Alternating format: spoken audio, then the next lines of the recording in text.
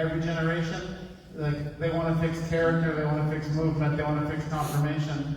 And it's really impossible to focus on more than one or two traits at a time when you're making breeding selection. You need to narrow your focus, you need to have your own goals, and recognize within your own horses what needs to be improved and how do you make a better sport horse. And one of the functions of the KWPN-NA and the KWPN, they provide us with tools for breeding. They are not mandating our breeding programs. What they're doing instead is they're putting up a mirror for you and saying, this is what we see. And here are the tools, and here is the information for you to improve your breeding. I think people have the misnomer that they are directing what we do. That's not the case. The purpose or the function of a breeder is to have your own goals and to recognize in your own horses what you need to improve. So that's our focus for the weekend. I don't know how many people will stay for the interview with Marianne near the end of the day, but I have lots of... Marianne sat with me as our young stallion was going through the second ring in Secauchenwash a couple months ago, and talked me through what the jury was thinking and looking at as he was moving in the ring. And I've been doing this for 35 years, and even that was new information to me. So I really want to ask Marianne some questions in front of you so that you all have a clearer understanding of the selection process and of the role of the KWPN in particular. That all make sense? Any questions so far? Kristen? So we are ready for Peonia then, if you want to bring her in first. The mare is an elite mare, which means she's passed the X-rays, the DOC, which is the genetic marker for OCD, as well as she's done her riding test, and this is her first foal. Her mother was, Marianne judged her mother in the Netherlands. Her mother was top 5 of the national mare current. And the line we breed from is called the City line. It's historically the most successful dressage line in the Netherlands. And Marianne knows this line inside and out, and she can tell you more about the line. But all of the horses you'll see today, most of the horses you see today of my program are from that line. So, welcome, Marianne. Thank you, Scott. Thank you. Yes, first of all, welcome to you all. And Scott said at the beginning of Wittgenstein 9. It's a very, it's a line with a big history. It started with the mare Zilli of Wittgenstein, so it was, I think, the 60s. That was by Luitenant, that was in yellow horse. And she was covered by Wachtmeester, and then they had full sisters. One of them was Lies, and she's the dam of Garitas. And Garitas is owned by Gerard Vervoorden, so a friend of Scott. And she was the mare who stayed a long time in the head of all the breeding mares. She had a very high scoring of the breeding value. And now in the Netherlands, the line is spreading very wide, and there come an enormous amount of Grand Prix horses and good sport horses and curling horses with a lot of pedigrees. So it's the line is famous because you can still see also it is 4 generations further. All the Zillis have the same expression. And what is that expression? They are long-lined, they have a beautiful neck and an expressive head with big eyes. And I think one of the most important thing is that the top line is very good, and that has also to do what I will explain about the self-carriage to the balance, but also the fundament, the legs, have a lot of quality. And even if you are generations later, it's always the same points that come and that you can see in the Zini of Wittgenstein horses. About the linear scoring, the KWPN started, I think, in the 80s with linear scoring. It was developed by Gert van Veen. He was also known in the USA. And he said, when we look at a horse, we have to make parts of it, we have to look at every characteristic, and then when you can see, for example, the neck is long, the neck is short, and you give only an observation. So you said the neck is long, or the neck is short, or the neck is normal, and when the horse is scored in total, and you have seen the movement, then you go to give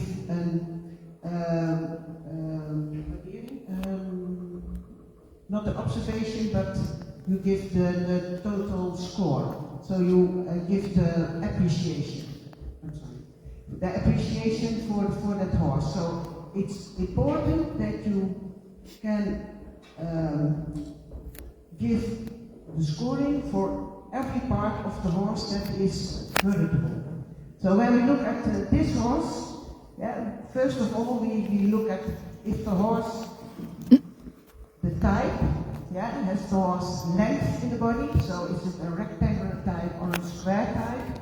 Then you look at the length of the horse, and you look at the height of the horse, and then you can see the length is more than the height, so it's a rectangular type.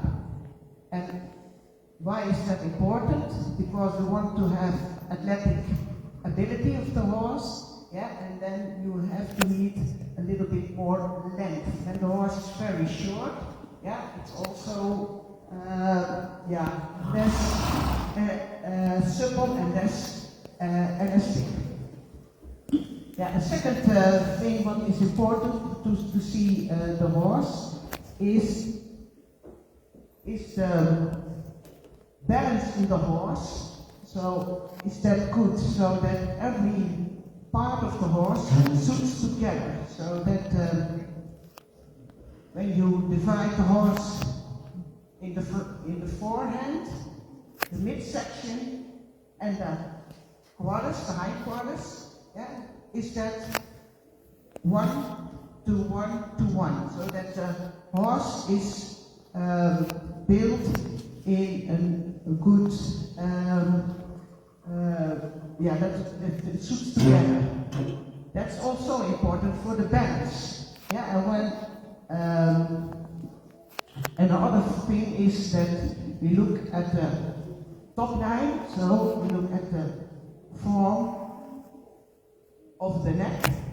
Is that a little bit vertical or horizontal? So we want to have a front, so it must be a little bit vertical, and and the withers, the length and the withers, the height of the withers, the length and the withers, and the back, the loins, and the croup. So that is a smooth transition to all the parts, and that it suits together. So maybe you can walk a little bit.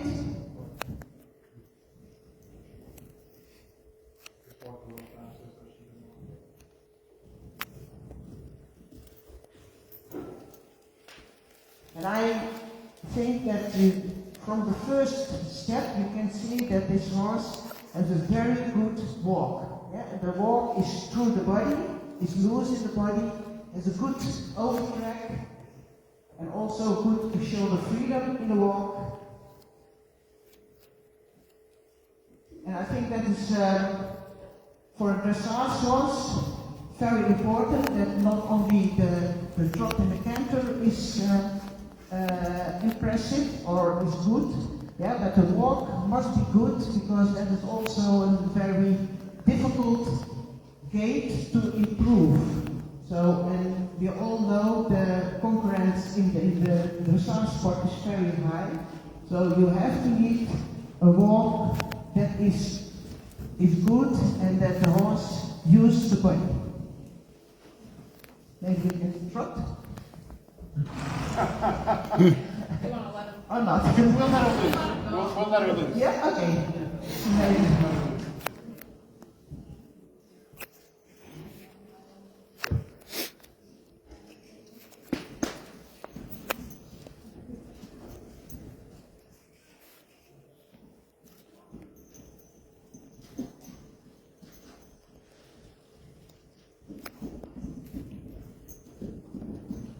I think when you see the horse move, it's important that from the first step, the horse is in balance, that he starts from behind, and that the withers go up. So that's a very important thing. And also when the horse comes back, that it not stop beforehand, that he uses his hind legs.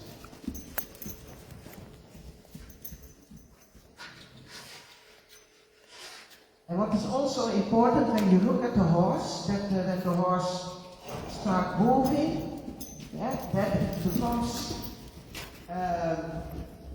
more impressive than when it stands still. So that's very important. Sometimes you have a horse and that is beautiful to see, and then it starts moving and then it don't improve. But you have to be that you see at the first sight that the horse gets you. I think that is very important. This mare has a lot of suppleness. It has a good leg technique with a lot of articulation in the joints, and also a very good overtrack from behind over the foreleg. So, for me, it's a very complete horse with very good gaits in the walk, and you can't see the canter, but maybe that's a little bit difficult with the foal. But when you are talking about balance, it's important that the horse is supple, that the horse can make transitions without coming on the forehand, and that the horse, when it canter, but we can't see canter at the moment, that the horse always is in a good lead. So that he is not in the cross canter and that he also in the turns. Therefore we have the turns when we are inspecting the horses. Not only at the stallion show but also with the mares. Then we have to make the turns in trot and in canter. That the horse changes the lead when you go in the other direction. That says a lot of the balance of the horse. Do you want to talk about the foal and what you see from the mare and the foal? Yeah, when we see the foal, and I will also ask Scott about it, I think that the foal is the lookalike of the mother. And the foal is by Escanelo, so I want to ask Scott, what was your goal to choose Escanelo for this mare? Well, one of my goals, our horses tend to be really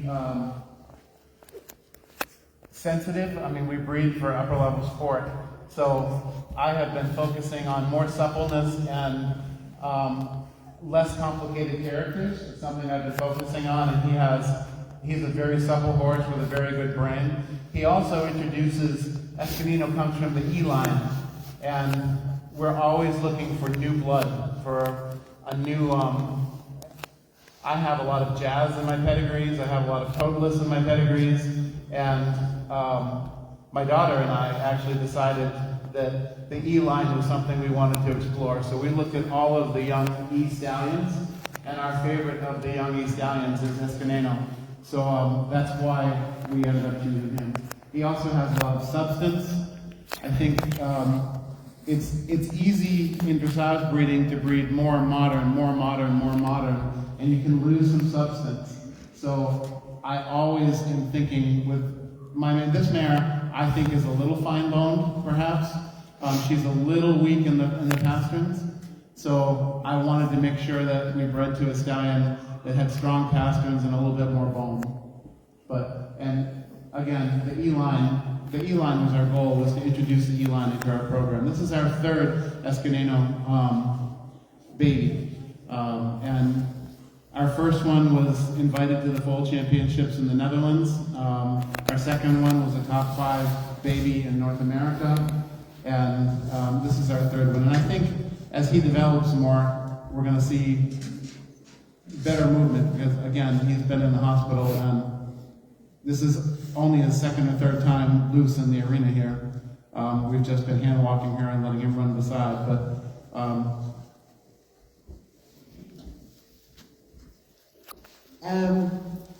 when I look at the foal, I think the foal has a lot of the type of the dam. That's also when you start breeding with a mare, it's always, in the beginning you have to you don't know what kind of foal she will bring. So is she passed on her own characteristics, or is she passed on more of the stallion? But I think this foal is really a lookalike of the mother in her type. And of course you can't say not so much about the gait of the foal because he's just born and he's been in the hospital, so he had to be a little bit more to grow and to be more strength. But I think it's a very supple foal and also good conformation. And I like the group, a lot of length in the group. So I think Escaneno has brought that in when you look at the mare and you look at the foal.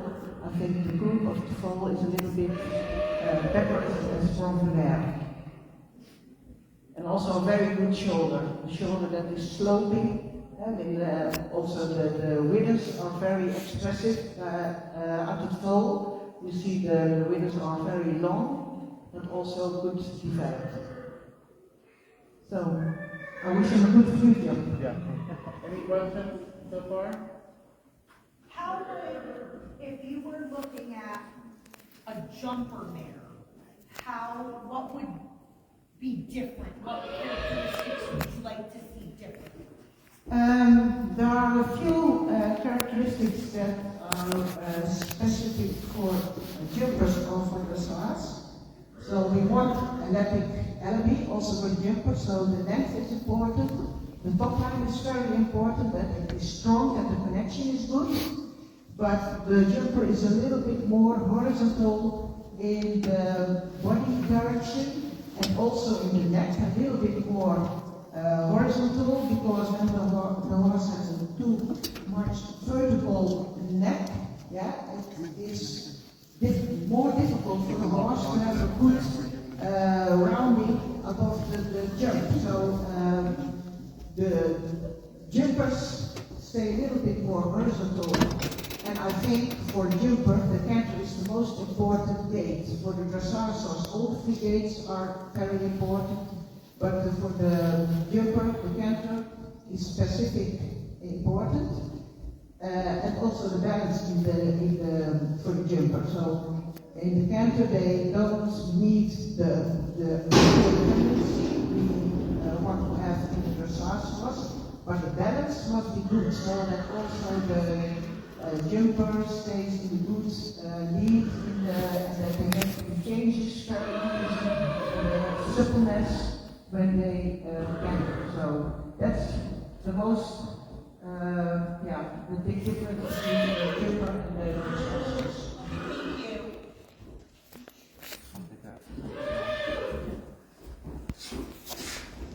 This mare, her name is Galliartes SSF. She is by Totalis. She's actually actually the very first totalist born in North America. And Gaudi is the very first totalist born anywhere. So it's kind of fun that we have the first totalist in North America and the first totalist in the Netherlands. This mare is 13 or 14 now. She's had many babies. She's an elite mare. She had an IBOM score of 85.5 with a 9 or 9.5 for a canner. She lost her foal this year at 7 or 8 months. So even though she looks pregnant, she is not. But she is a daughter of our foundation, so she is a granddaughter of Charites. And that's what you'll notice in our names, because Charites was such a famous mare. On all of our mares that have come directly from Orcus, we've done the ITES, so you see the weird names, but it's all as kind of a homage to the Charites. So you talk a little bit about linear scoring with this mare, just a little bit what you see, and then we'll let her loose. Okay, yeah. So, about the linear score. So, And the Zinni line, what do you see from the Zinni line? the Zini line, I see the head and the big eyes and also the neck. So the front is really stamping in that line. And I also explain that because in the past, in the very past, the breeder with the Zini, he had one goal, and that was when he on Sunday went to the church. He wants to have the most beautiful horse, because they go to the church with the coach, and there stand all the horses around the church, and he wants to have the most beautiful horse. So his goal was to have a beautiful type, with a beautiful front, a beautiful head, because in that time it was a sign of bounty. Yeah, so, but yeah, even you see it directly. If you know the Zinis, you see directly the same expression in the head and the same expression in the forehead. So I told you, you look at the length of the body, you look at the direction of the body. So when we have a line through the body from the middle of the shoulder to the buttock, yeah, and then we want to have it a little bit upright for a dressage horse. A jumper stays a little bit more horizontal, yeah. And why is that? That we want to have the dressage horse a little bit more uphill. That is what we want with the dressage. Yeah, we want to develop the horse more supple with light-footed gaits, and when we ride dressage, it's all about the engagement from behind and the working through the body, yeah, that the horse gets on the haunch, that the horse gets self-carriage, and that he lifted the forehead so that we get more expression in the gaits, and that he is light in the forehand, and he has a very expressive in the gait, so that it seems that the horse is dancing with the rider. So it's very important that the horse has the natural ability to lift up the forehand. Therefore, we want to have the dressage horse a little bit more uphill build. So what would be your breeding goal with her? What would you want to add to this mare or fix on this mare? It's always difficult when you have a very good mare to have new goals to improve. I think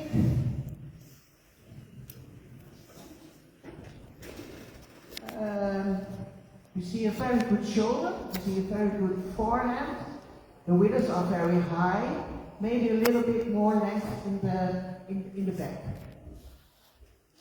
It's also the offspring. Yeah. He gives a very good offspring, but some of them are a little bit short in the body, and I would like that there is a little bit more length in the back. But the forehand and the front legs are good, and the hind legs are good. So that's always difficult when you have a mare that is really good, yeah, to make it better. Then you have a major horse. It's more easy to have points you want to improve. And Scott, what do you think about what you when you cover this mare? What do you want to improve of this mare? When I breed her, one of my biggest considerations is character. She is a wonderful character. She is wonderful under saddle, but she's super sensitive. So I'm always trying to find a stallion for this mare that is a little less reactive to situations. She was in training for a number of years and doing really well, and came home because the trainer said she couldn't take the pressure. And when I got her back, all she would do was piaffe. So, and she can piaffe for days. And I rode her for about a year with Kathy Bruce and was doing really, really well. And one day I decided to play with some half steps, and we were back to only piaffe again. So I think that is my biggest consideration with her. Is conformationally, I agree with Marianne that the toe lisses can be a little short in the back. So you want to breed a long line. The next horse you're going to see is an offspring from her. That we'll talk about it. That is my primary goal. It's more mental when I breed with this mare than it is. She had a for romance that has an incredibly good brain. She's got a premier filly that's in the paddock. The father of the two fillies. She's had a number of babies. So perfect also. So we've had really good babies. We've had really good brains. So I know that it's possible. Really, the work is very important, but you see the reaction of the horse. He's a little bit nervous when there is something new in the arena, and of course, some riders, very good riders, are capable to manage that. But we all know in the dressage we don't want stress, we don't want too much, we don't want nervous horses, so that's very important that the horse is sensitive but also relaxed in the work. So this is her daughter by Jovian. This is a 4-year-old mare. She's obviously pregnant with her first foal. She had a coffin bone infection as a foal, and $40,000 later, we were able to save her foot, but unless her foot is trimmed every couple of weeks, her hind left foot looks really pretty funky. But as long as we're not doing too much with her, she's very sound, and she looks fantastic with Curran last year, but she kicked the stall and bruised her back foot, so she was lame for the Curran, unfortunately, last year. But yeah, she's Jovian Totalist Chaz. Yeah, and also now with a beautiful front. And I think what I said about Totalist, that I would prefer a little bit more length in the body. That is really, you can see that with her, so Jovian has done a good job. And all the horses has a really good connection from the hip to the back in the loins. So that I think when you are talking about balance and self-carriage, it's very important. Maybe you can stand a little bit. So the loins. Oh. Loins, this part of the horse. It's very important for the self-carriage and also for the balance, because that is with the human, the back, the point that is the weakest point in our back.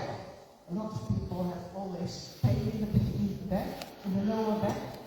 So it's also with the horse. So when they are moving and the hind legs come under the body, they have the energy must flow through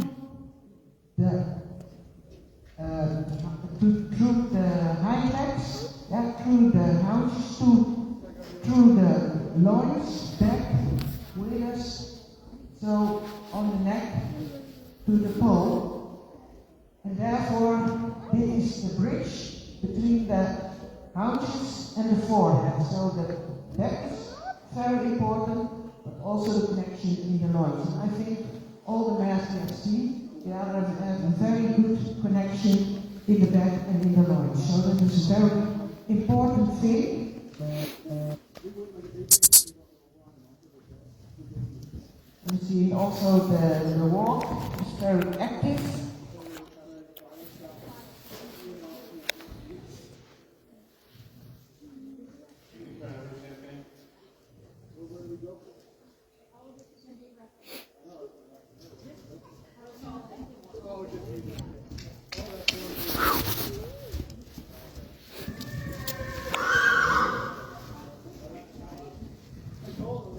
And we all know Jovian is doing it very good. Nope, go away.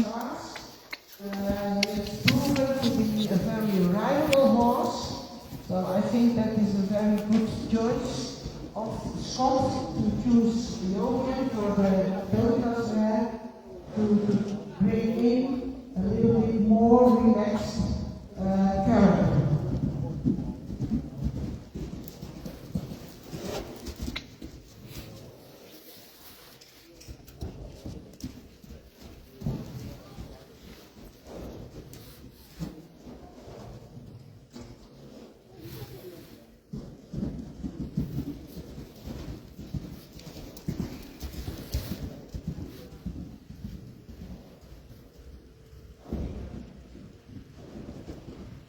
The horse is in a very good posture, so when she starts moving, you see she goes up in the forehead, she goes up in the withers, and she grows when she is moving. That is very important. We all want to have the horse in front of us when we are riding, and you start with a horse that is on the forehand. It's so difficult to get the horse in front of you. So when the horse has that from nature, you start with a good horse that is made the training easier, it's for the horse easier, and also the result will always be better when you start with a horse with a lot of self-carriage. You start with a horse with balance and self-carriage. Of course you need to train and you have to take your time, but the result will always be better than when you start with a horse that is more built on the forehand, that has more flat gaits and that is not able to carry herself. It's really amazing, given that this mare almost lost that hind foot, that she's this sound. I mean, she's a big girl. She's a big girl, and as long as we don't overwork her, she stays sound. But I wish when Anthony was preparing her for the curring last year, and we had her in side reins, one of the things I like best about Jovian is that he is so adjustable. Every gait has multiple gaits within it, they just come back and go forward, and bigger trot, smaller trot, and the same with the canter. Everything is so adjustable. And this mare is just really, really super in work. It's just a shame that she'll never be a riding horse, but hopefully that that very obvious baby in there will be a nice baby. So we'll see. Yeah, I think it will be a great breeding mare. So yeah. And of course, when the horse is not sound, because it is a genetic thing, don't use her for the breeding. But it is a trauma, so it's just an environmental thing, then it's not genetic, so you can use her for the breeding. And then it's fine that it is a mare and not a gelding, because then you can't do nothing with it, but for the breeding it doesn't mind. That's a beautiful mare. I was just going to ask Marianne how much of the zinni she sees here, because I think the Jovian took away a little bit of the zinni in this mare. I think type-wise she's a little heavier type. She's a little shorter in the croup, but she still has the face, she still has the front, she still has the shoulder and the wither and the really nice loin connection. That's something I'd like to emphasize. The loin connection for me is the most important part of a horse, for a dressage horse, and probably for a jumper as well. It is the only area of the horse that that lifts the front. And our goal in dressage is always to put more of the weight on the hind end so the front can become more expressive. And if you don't have a strong, supple loin connection, then that's just going to make it much more difficult for the rider. But I also try to say to you, it's very important that the connection is good, so that the horse can, all the energy from behind, go through the body, through the forehead, and then it's possible to make the horse.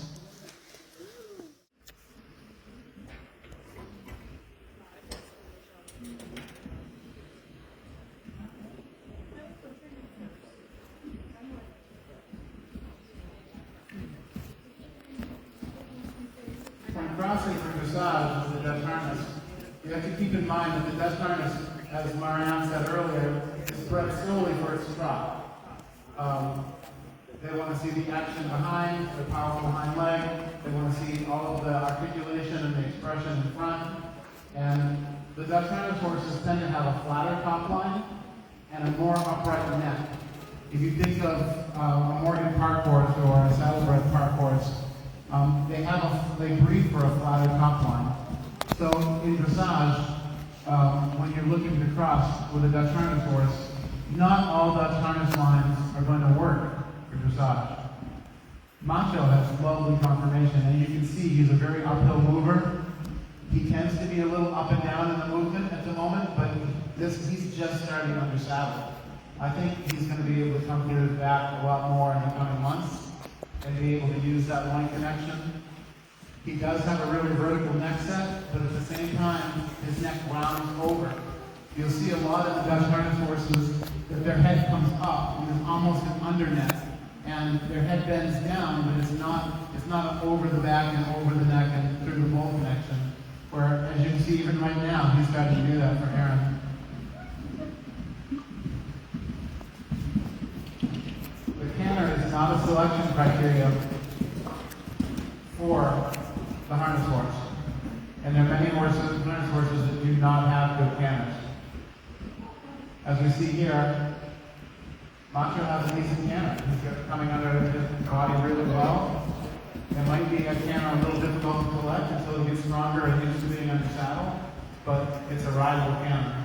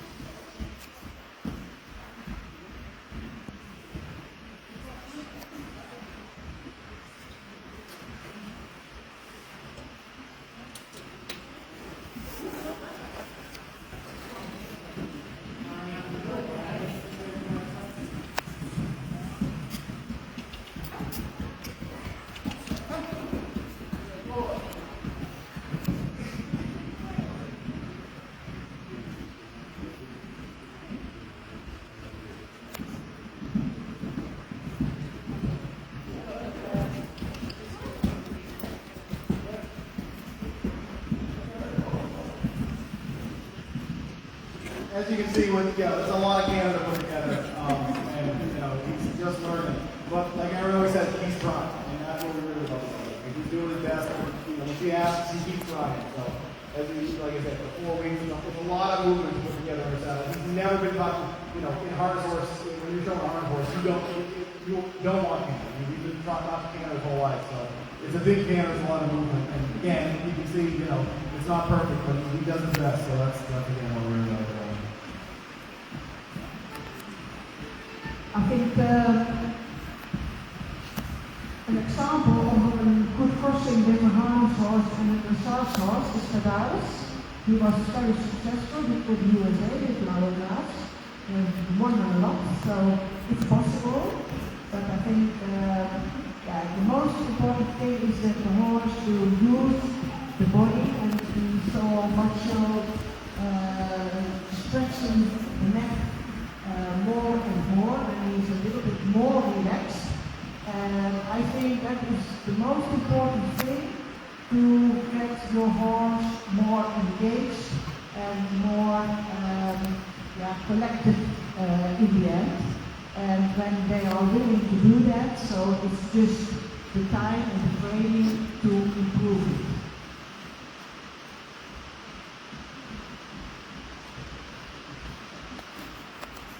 But it's a very impressive horse, and I saw him a lot in the Netherlands on shows, and I really like him when he is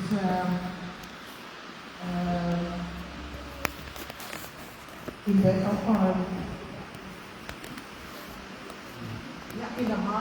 in the harness. Yeah, he's unforgettable when you see him and then you keep that with the picture in your mind. He's so impressive in harness.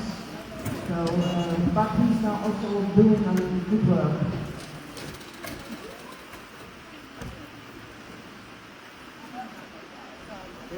Let's bring up what he knows.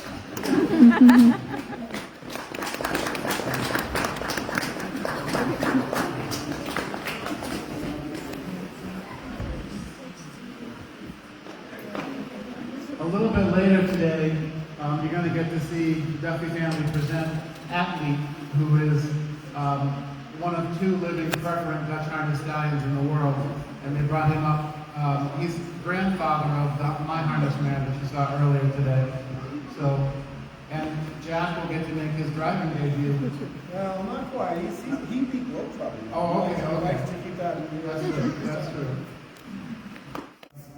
I'm going to let Tracy tell you more about himself than I can or will, but he is absolutely magic in the round pen and starting on horses with a kindness. And what I appreciate most is that Tracy really teaches the horses to think.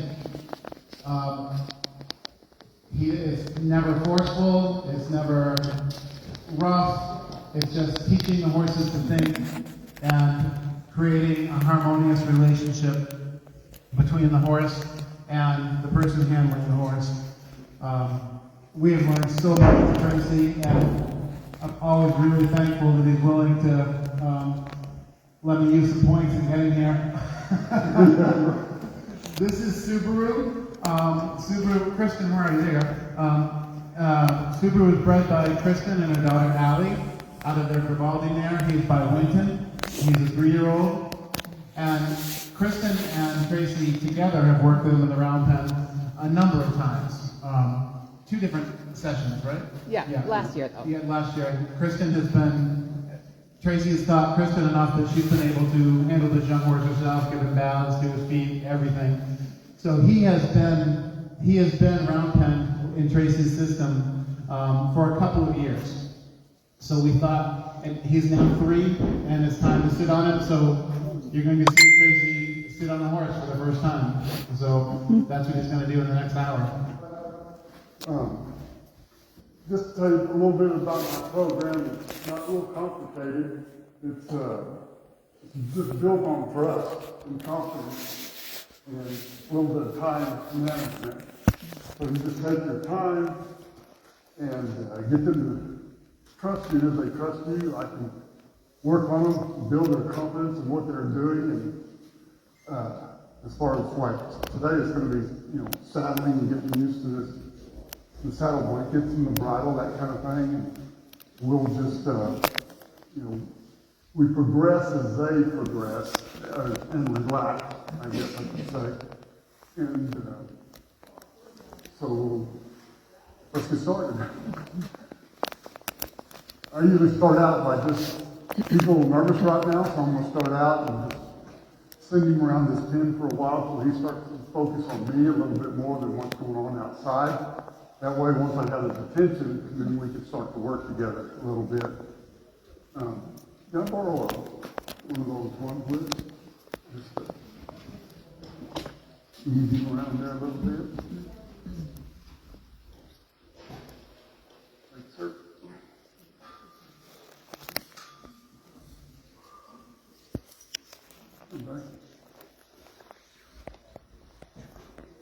We do have some chairs out here, some black chairs. They're next to the tool shed. If you'd like a chair to sit in, you're welcome to grab one.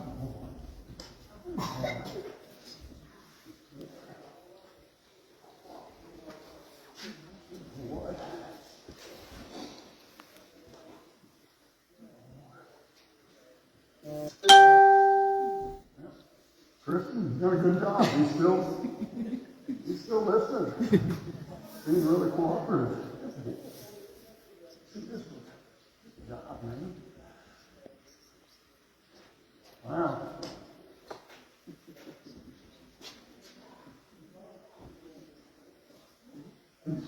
This all comes from what we did last year.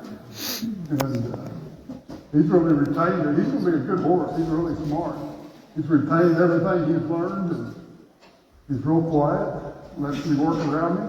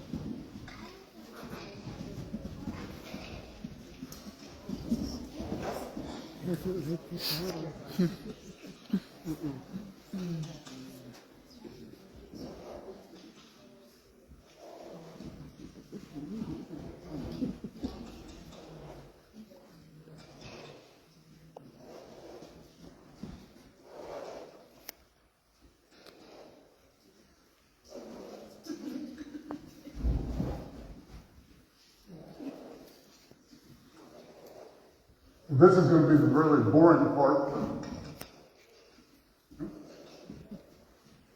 We're going to just lunge him around until he starts to relax.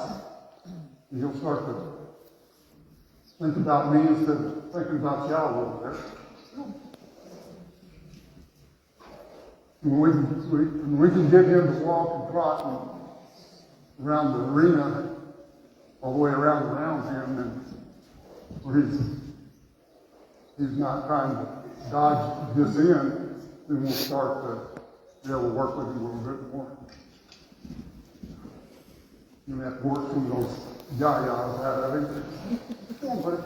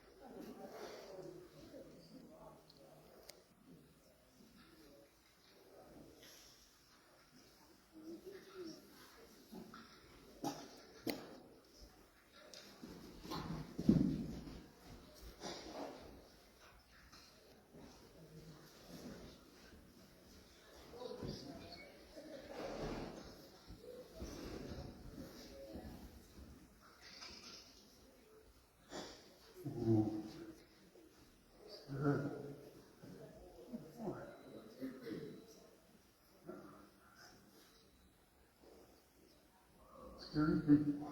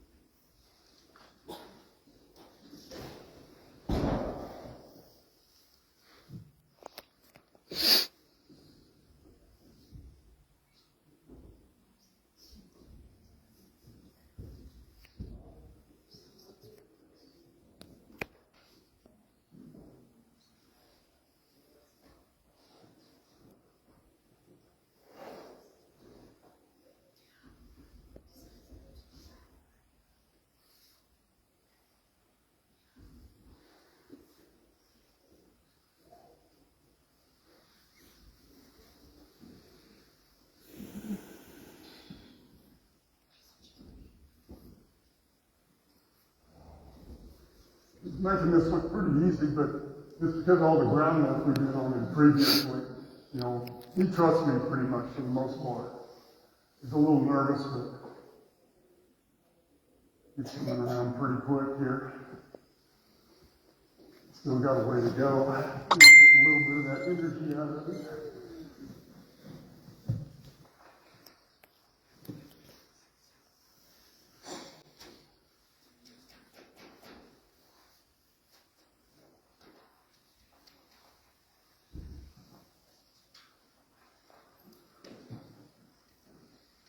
So like in his case,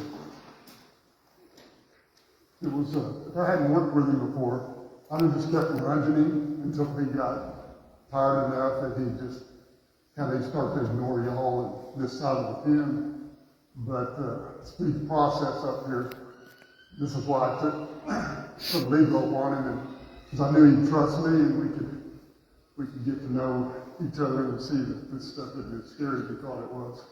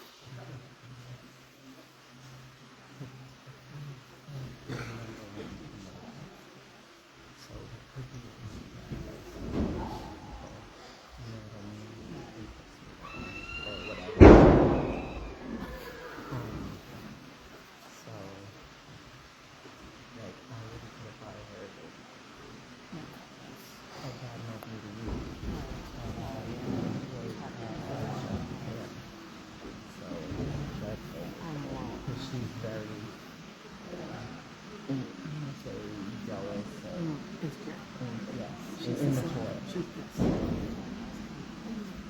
That's why when he said, "Oh, you must be her role or whatever," you know, that you're a manager, right? And I was like, "Oh no, I wouldn't say that. That's Evelyn." And he's like, "No, you don't say that." Do you hear her? You see how she was reacting? Because I knew, I know, I get that totally, and I catch her when she thinks I can't see her, like eye roll and me and stuff like that. You know what I mean? Just know, if Debbie says I ever say anything bad about you, it's not true. I wouldn't put that by her, is what I'm saying. So, don't let her think that. Check the camera.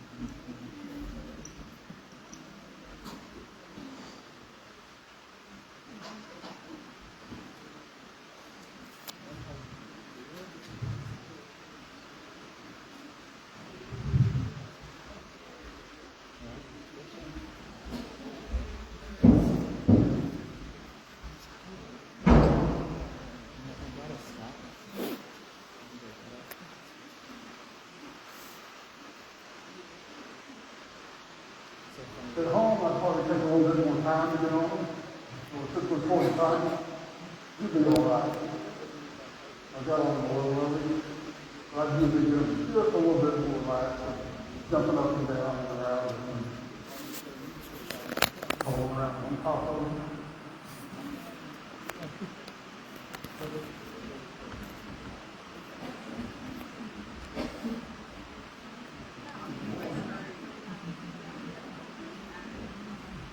And I never make them, go someplace right away. I don't get used to me just sitting up here talking to them. Again, it's a whole new thing, so we got to build their confidence in each thing we do. He trusts me enough, but getting on top of him completely new, we got to build his confidence there. Now we got to build his confidence up here, put him on the bus count.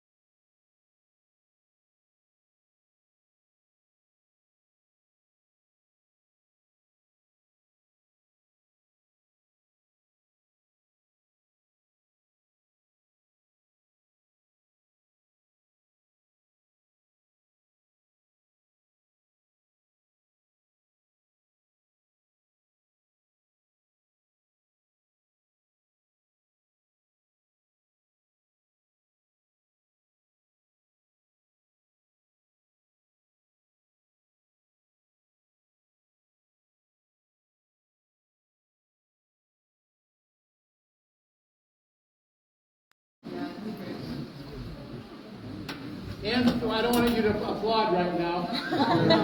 Thank you very much to Tracy. You can see what a magic job he does. This horse, within an hour, never having had a saddle on, and Tracy's on him, is pretty crazy. And he'll be walking and jogging in a minute. How are you, sir?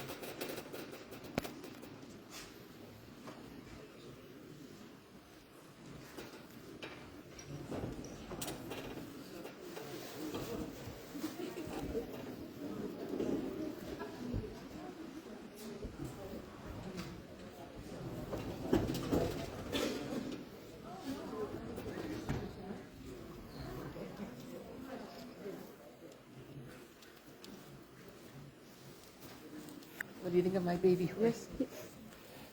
Tomorrow you can ride him. Nice horse. He's a really nice one, huh?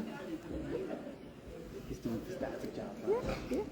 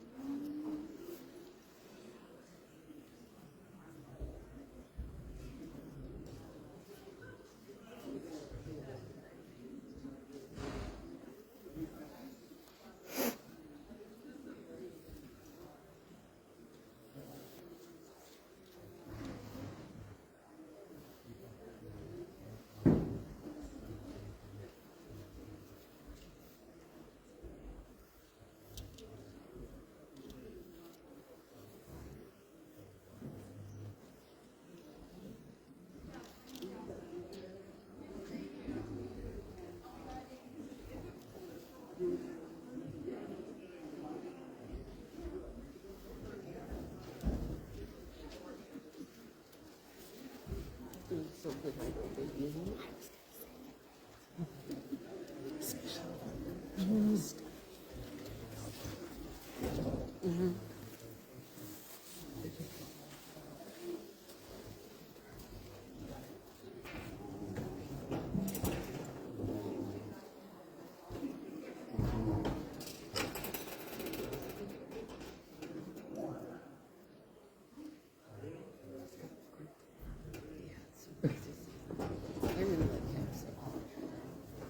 have a small brother that's a little older too. He's really great too.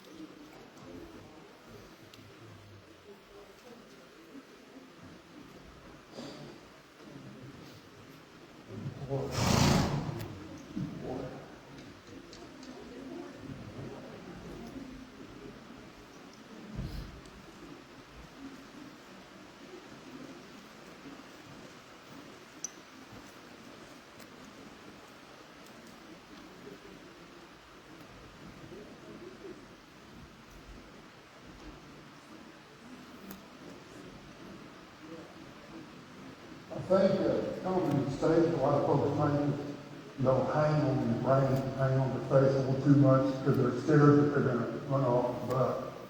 But so it causes more of a fight because they got that pressure up there, and all things can start to happen in that. That's why I like to I'll pull and ask them to come around me and across the head, and once you start to turn a little bit, I just throw that slap back at him. And again, you have to build that trust and confidence. If this is the next stage, you need to learn how to just be able to move forward. Guide just a little bit. And this would be a good session for the first time. And then start off doing exactly the same thing again tomorrow. And probably stepping up into the trot by tomorrow.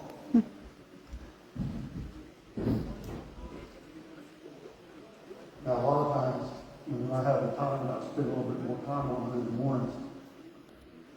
And I've got more time to do this. We could probably try to do that too, but you always want to quit on a good note.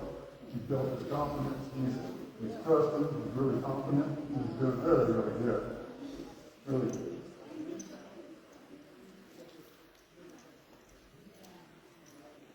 Serious.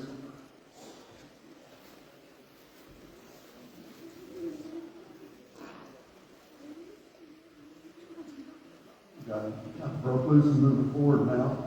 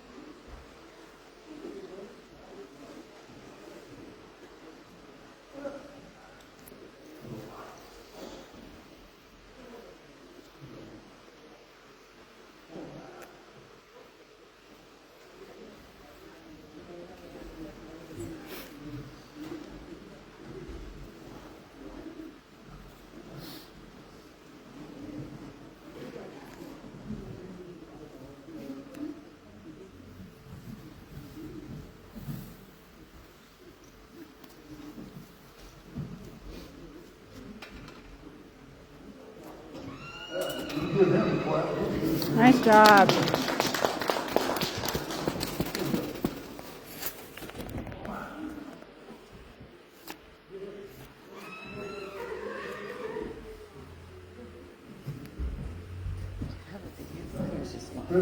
It's live. Okay. So you should be able to grab it off of there. Oh, perfect. Yeah, and my phone died. Yeah.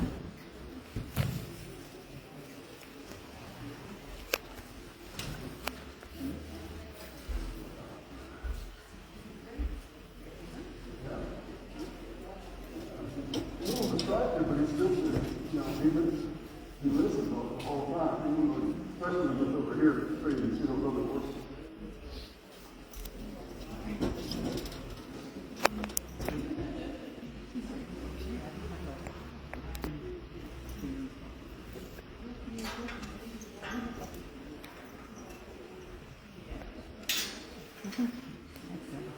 Yeah, isn't he great?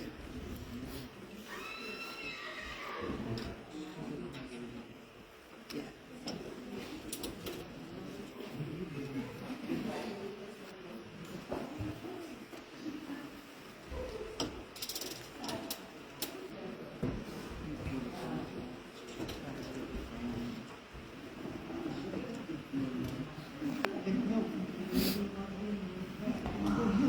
Yeah, he does.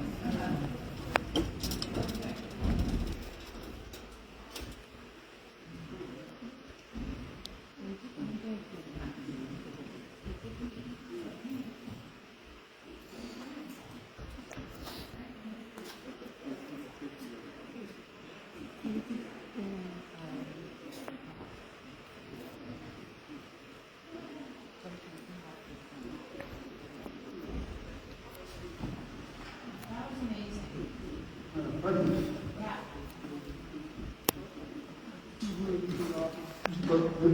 it's a lot easier when they have a good foundation put on it.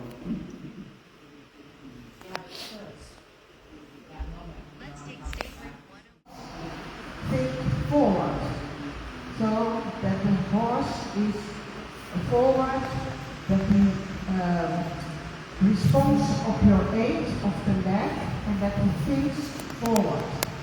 When he thinks forward, you can ride the horse from behind to front in connection.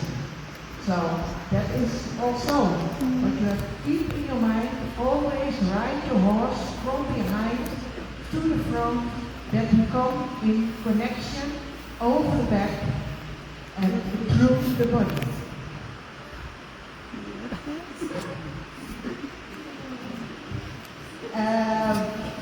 And then we have to, when you have connection in the horse, yeah, we can ride him to go a little bit with impulsion, so then there is more energy from behind, and then it is important that the horse becomes straight in the body, so that the hind legs and the front legs are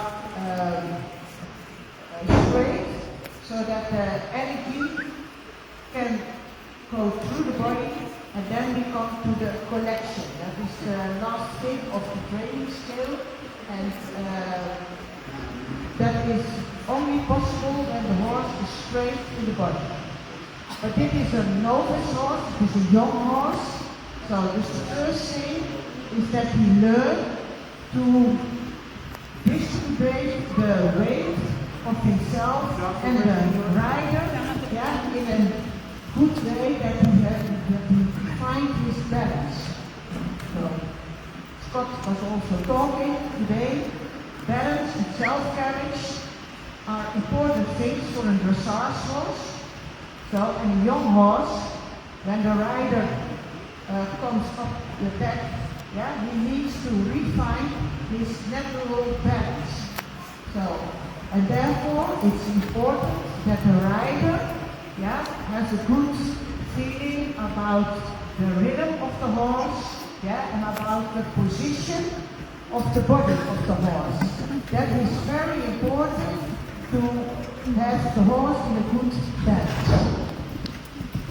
But I will talk about it later on. So Premier is a horse that has a really fine canter. So for him it's a little bit easier to canter with the rider on as the trot. So if you know that as a trainer and as a rider, yeah, and you know in which gait the horse refined his balance the best, yeah, you have to use that. So the canter of this horse is so very easy that it is nice to pick up the canter in an early stage. You see a good ground covering and also good using of the neck. And now just think that maybe you can make in the trot, not going faster, but try to bring under the hind legs a little bit more under so that the steps become bigger, but not faster. You make them straight on the long side. Yes. Aha. That's good.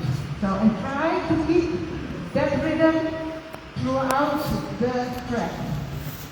And it is very important that the horse learns to stretch the neck in a forward, downward position.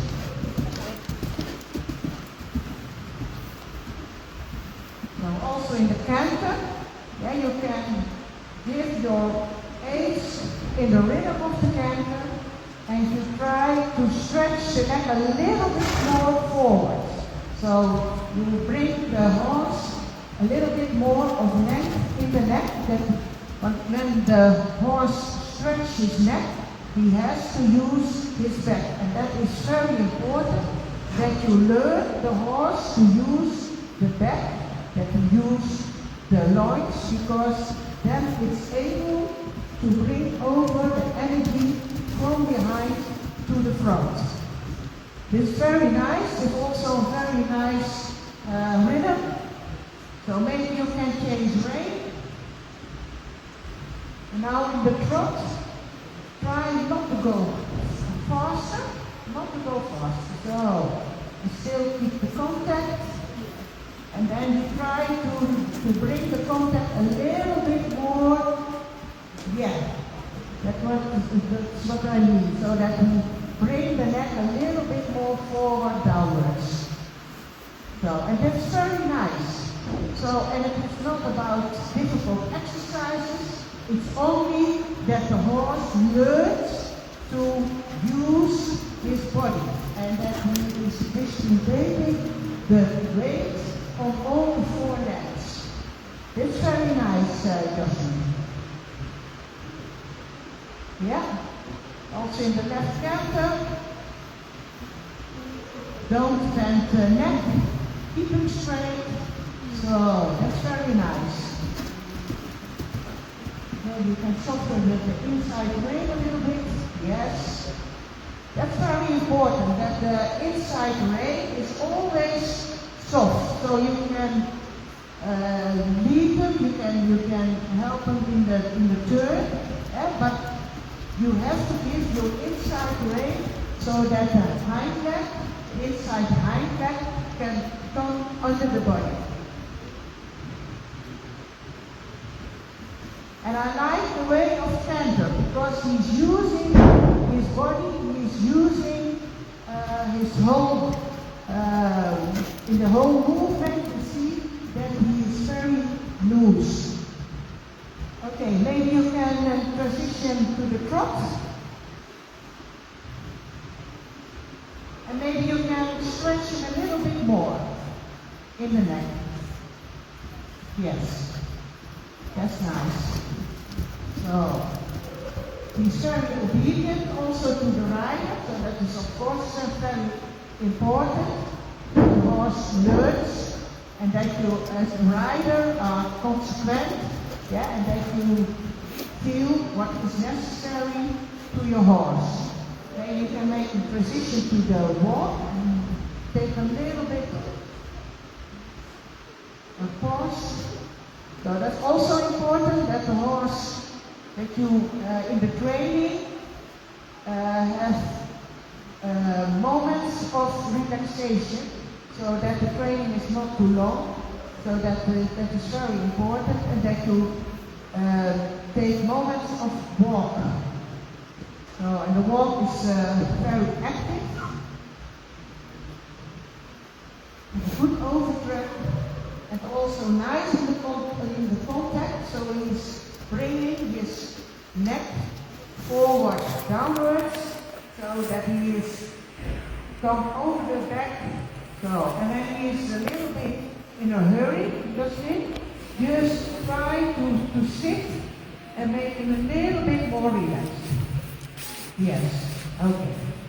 Because the walk must be active, but it's a gait without suspension, so it must not be overactive, but he has that he has time to make the whole step, to make the normal step. So that's very good. It's a very good walk. We see a 4 beat, and we see a good overtrack and a very good use of the top line. Okay, you can take the rein. But also, when the horse is on the left and on the right side, rein, walk from canter, then we can also take new exercises. And what's important is that the horse learns for the leg to go forward, but when you use one leg, that will go sideways. So leg yielding is an exercise that you can ask of a 4 or 5-year-old horse as the beginning of the lateral work. So maybe you can show that, Justin, that you go to the trot and you show the leg yielding.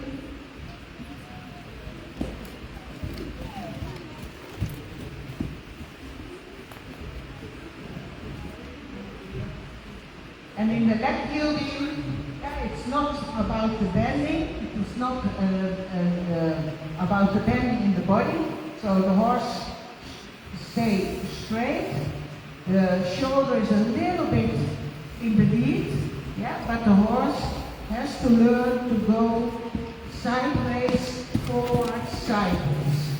And that's a good exercise for also for the suppleness in the horse, for the suppleness in the haunches, and it's also the beginning of the lateral work, what is important when the horse comes on a higher level, for the gymnastic of the horse, for the training, for more connection.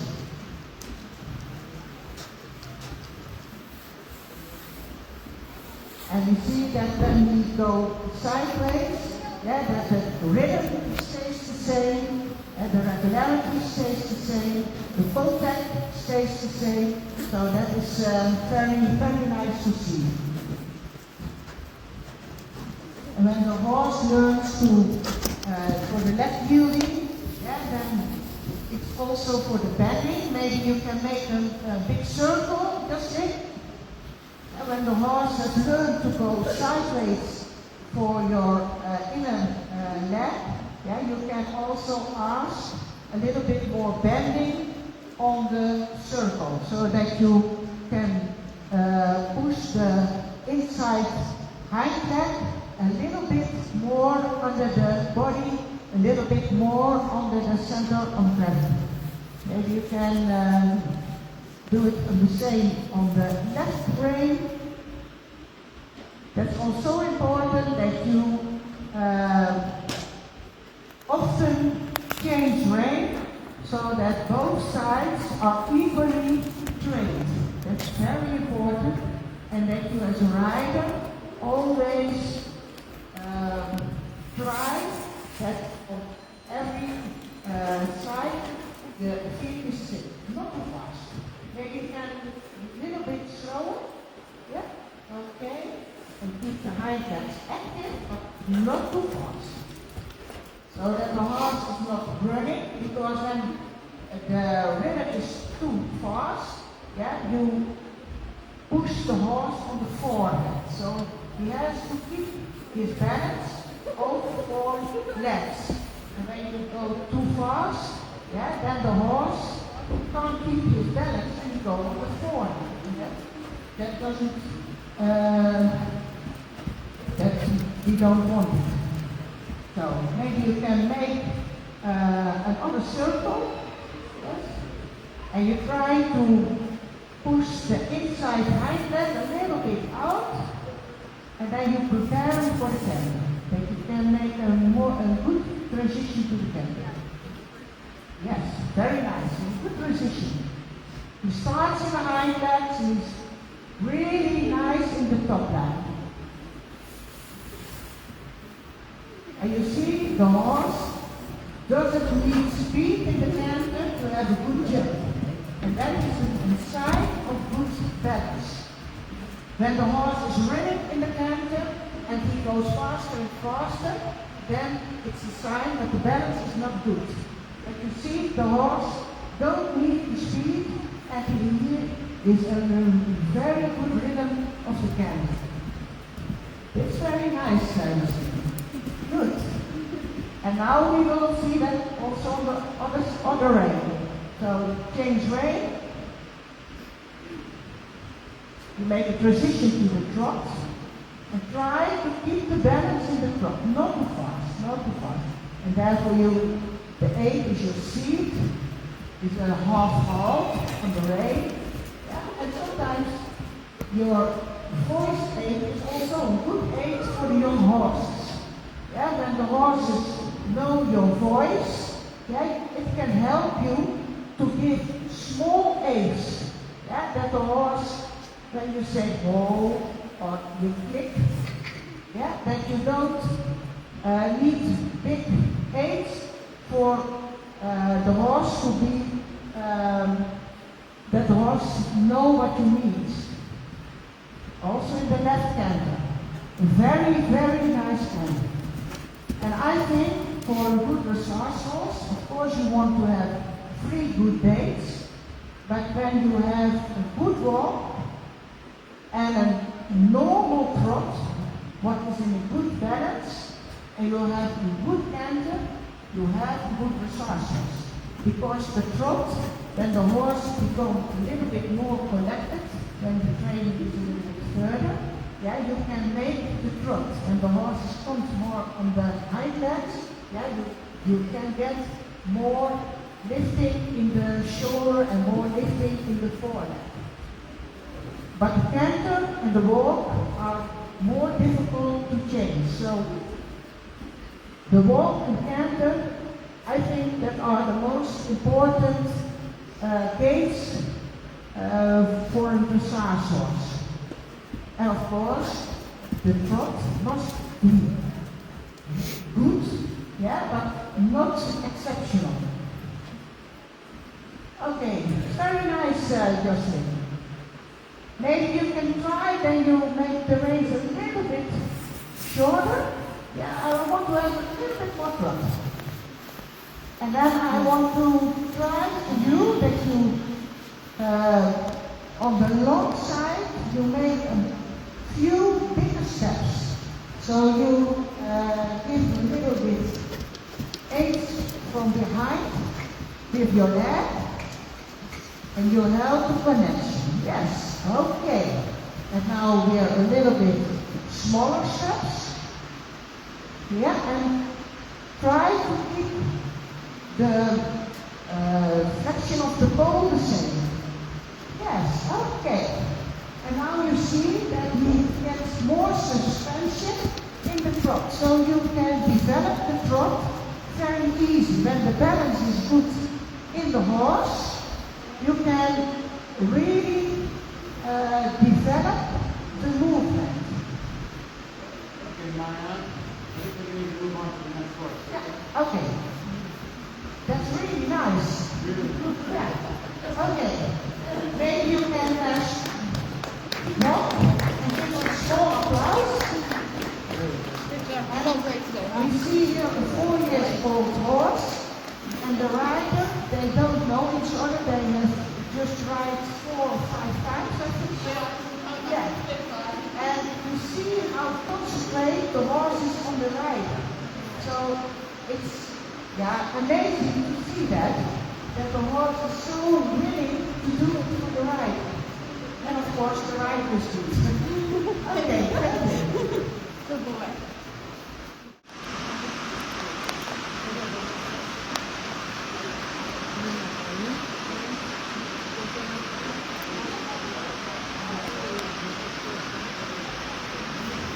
So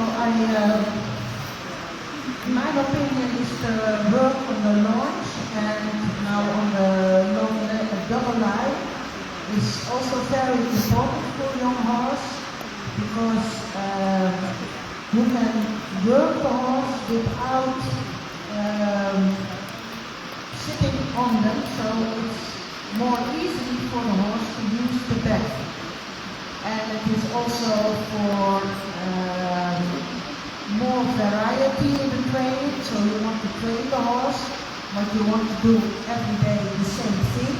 So it is also very good for the variety in the training. And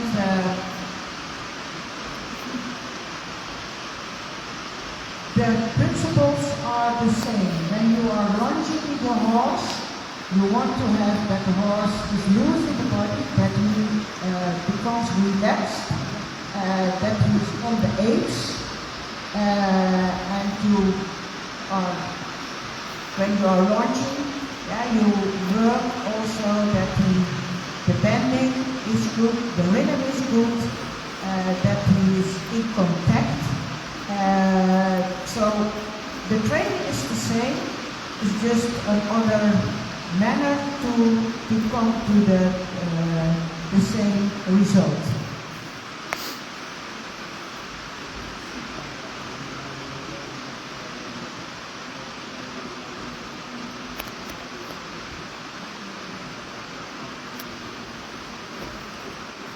So what I can see of this horse is that she has also a very good walk, with also a lot of overtrack, a very active walk, with a lot using of the joints, and it's a beautiful mare to see. There's a nice forehand and a long shoulder. Shoulder is also in a good position, is sloping. So that's also important that the horse has a long shoulder and that the position of the shoulder is good so that the forelegs can move with shoulder freedom. And she is also strong in the body and strong in the launch. The connections looks good.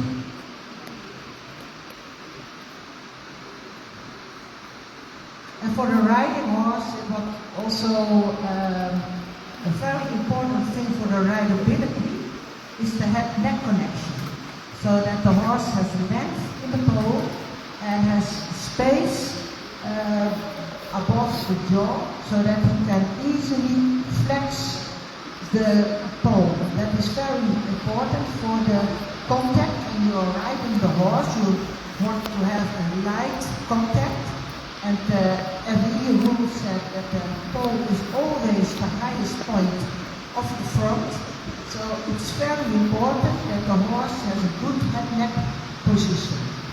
When the horse has a heavy head-neck connection, it gives always troubles with your connection and with always troubles to have an optimal result for the posture of the horse.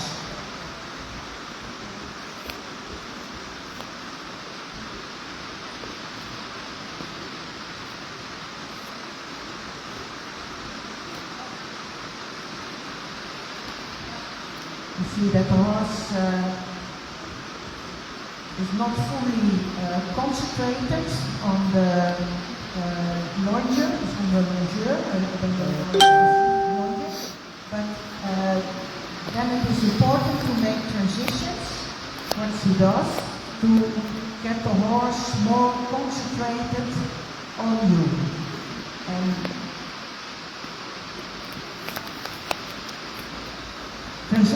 are very important when you train a horse, because then the horse has to learn to go forward, but also to bring to come back, so that he use the hind legs in forward position, but also when he comes back, that he comes back with the haunches.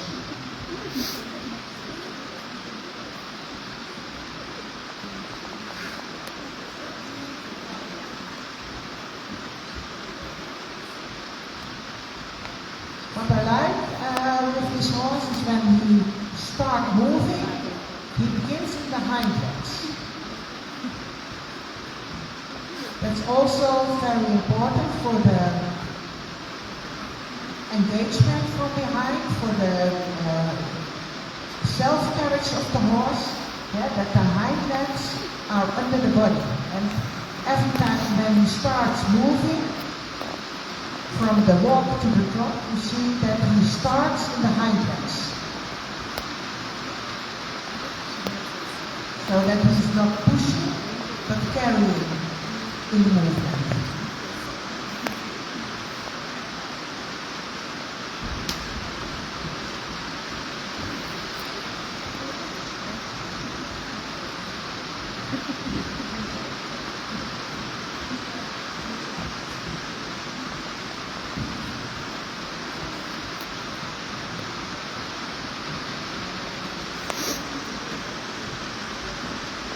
The Wendy line in the Netherlands is also a famous family, as Scott told. It started with Wendy, who was an Avon mare, and she was covered by Ulf, and that combination was very good. And they are known for the power they have in the gates, very good high leg, powerful movement, walk, trot, and canter, but they are also known that they are a little bit sharp in the mind. So they need a little bit experienced riders. They are not always easy in the mind, so that is also typical for the Wendy's. And you see that also by this mare, you see the quality of the gates, very good quality. You see the quality in the configuration, that is a strong mare, with a lot of muscling also in the top line. But you see also that she is a little bit tense when she's here in this indoor arena. So she is not fully relaxed at the moment.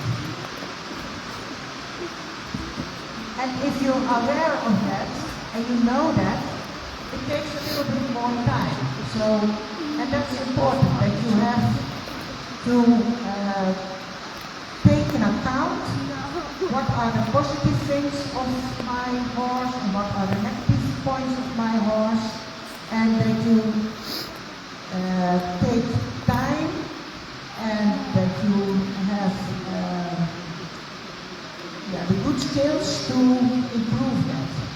So when you have a horse that is a little bit tense, it needs a little bit more time to find the trust and to find the confidence of your horse. But when you are able to manage that, then it's top. So it's really worth to take the time that the horse become more relaxed, so that she will work for you and not against you.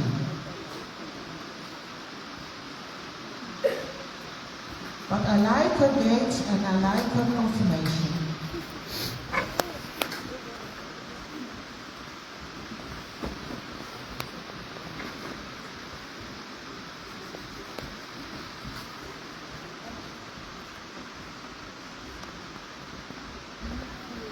The trot is very light-footed and is also in a very good rhythm.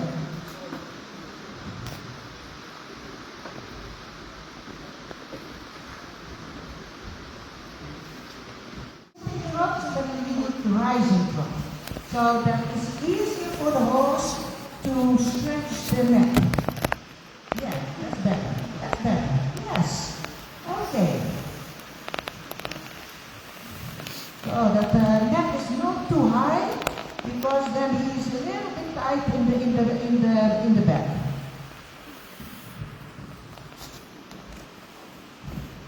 So now on the long side, yeah, you push it a little bit more forward, and yes, okay, that's better. And now also the neck becomes better, and when the neck is a little bit lower, you can have a more smoother contact with the mouth. So that's very important. Yes. Okay. I like this more, Melissa. Yeah, that is a little bit smoother in the top line.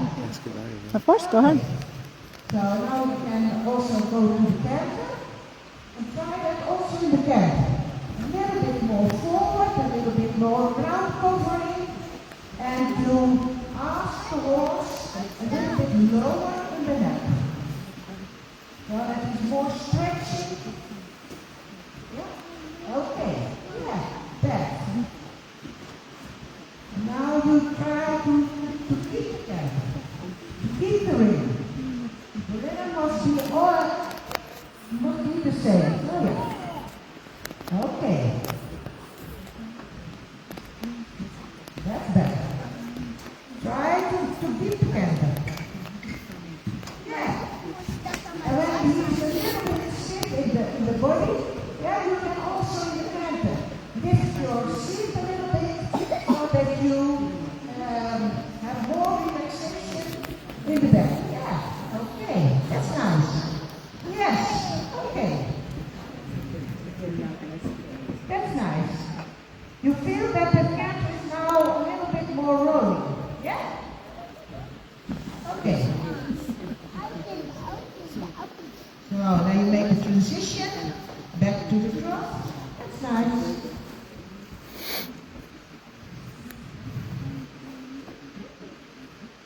And maybe you can show also shoulder in. Is that possible, Melissa? Okay. So shoulder in is one of the natural exercises. Yeah, and as the word said, you bring the shoulder inside, and so that the inside hind leg becomes a little bit more on the center of gravity. So that is a good exercise to train your horse to make him more strength in the hind legs, yeah, to come more under the body, and when the horse learns to come more under the body with the hind legs, yeah, he can lift himself more up in the front. So that is a very important exercise to do for more connection and for more self-carriage. And of course, when you do the shoulder in, yeah, it's important that the horse bend in the body, but and also that the rhythm keeps the same. That's very nice. Okay, you can change rein, and you can do that also the left rein. This is better contact what you have, Melissa. Yeah. Better contact. Yeah. It's nice. And also shoulder in on the left side.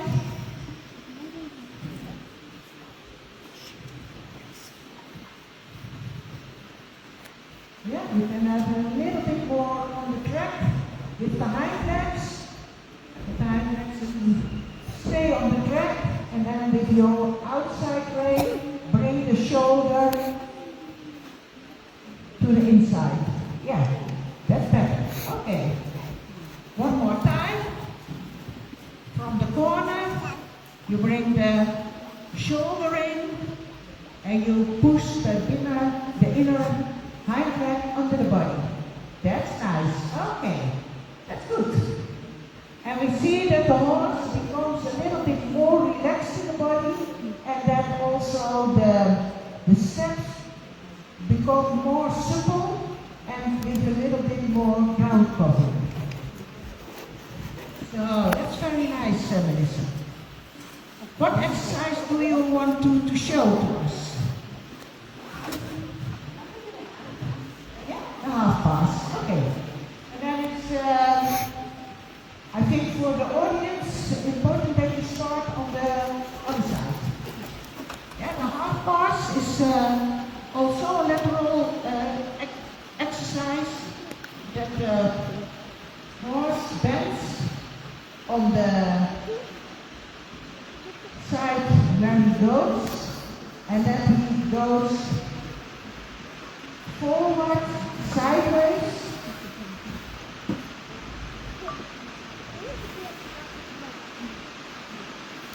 Yeah, okay. And now straight. Yeah. Maybe you do not so long, a little bit shorter, and you try to keep the rhythm the same. Yeah, maybe you start. Okay, maybe you can start from E and you go to B. You look at E and you go to E. Oh.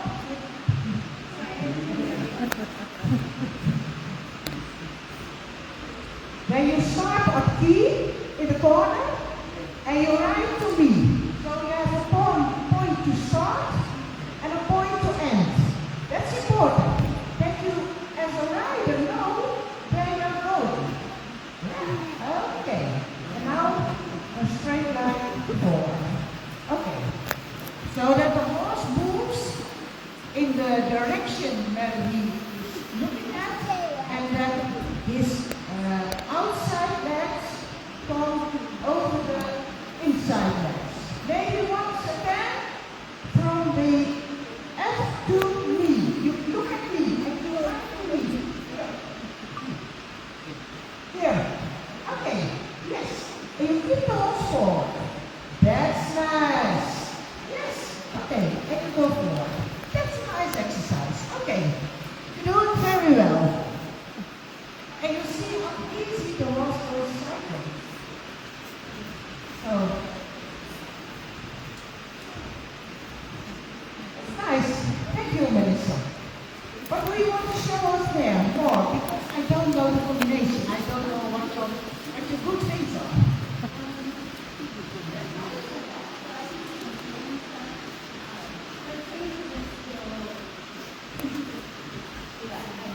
Can you do changes or simple changes?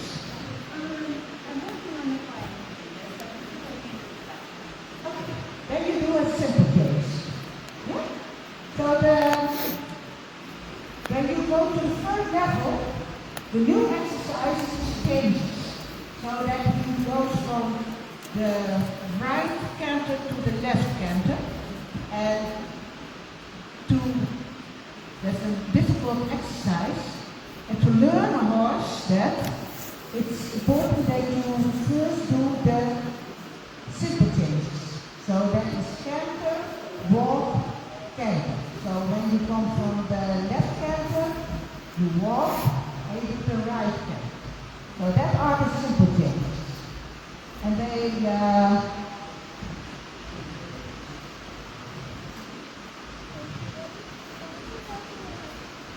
And maybe you can walk a little bit longer, but it's not because the quality is more important than you do it very fast. And the quality is, in this exercise, that the horse keep the contact and that he keep the suppleness in the body. So you can do it again and then try to do the exercise a little bit more. If you see, so you have to canter, you have to canter, keep active, so more ground covering. Yeah, because the preparation for your exercise is very important. So, keep the canter, and now walk, and walk, walk a little bit longer. That was so fast. So, and then also in the walk, it's important that you have to learn the horse stay in contact. So, and then the contact is good, you take the other. Yeah, okay. And that was a good transition in the hind legs, but the too high. So you have to lower the neck. So, better. Keep the contact, flex the neck. Try to flex the neck. So, if now he's a little bit tense of the noise. Yeah, okay, that was nice. And of course, when you are in competition, the exercise must be done. You canter, you walk 3-4 steps, and you go to the other canter. But when you are training, you have to go for the quality. And then you need time to bring in the quality. So now, this canter can be better. So you have to go a little bit more forward and try to stretch the neck a little bit lower. Lower, yes, okay. And try to keep the grunt canter. Grunt covering. So, good job. That's better. Yeah, that's very important. And I think it's very clear to see when the horse is too high in the neck. Yeah, he opened also the mouth and he stiffened his back. So you have to go for the good quality that the horse keeps the contact and that he is lowering the neck so that he can use the back. And that is very important for the quality of the gaits and for the quality of training. But when the contact is not good, yeah, you can do exercises, but that doesn't have sense. It only has sense when the horse is in good position and good use of the body.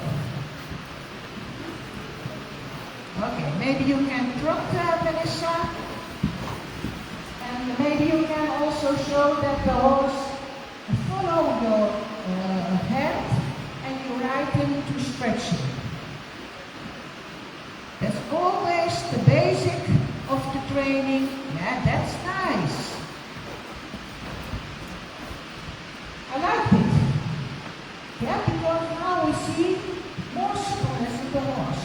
So that is so important. That the horse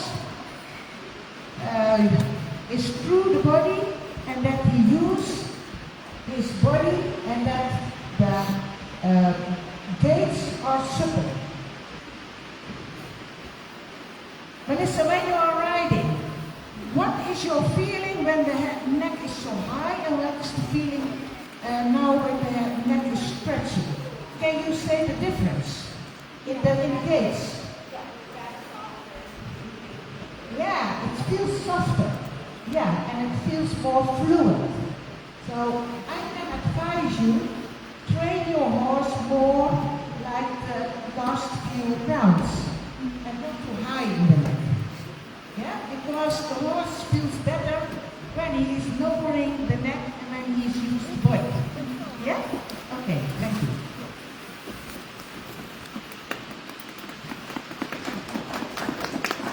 She was living so that she could start getting it back in shape. So she and he have formed a really nice partnership. He's going super well for her. Floris is an approved Gelders stallion in the Netherlands, so approved Dutch stallion in the Gelders direction. He is by Negro out of Elegant Zeekom mare. And he was approved specifically for the quality of his canter and the quality of his brain. Those are two of the things that he was cited in his stallion testing report. He is shown through in year one.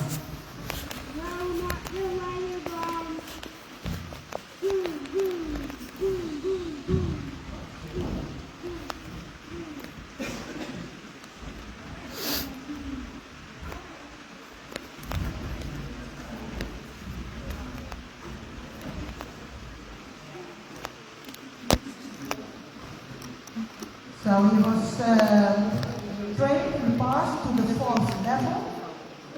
But of course, Jocelyn is just a combination with the horse, so they have to learn each other well before you can really go further on the 4th level.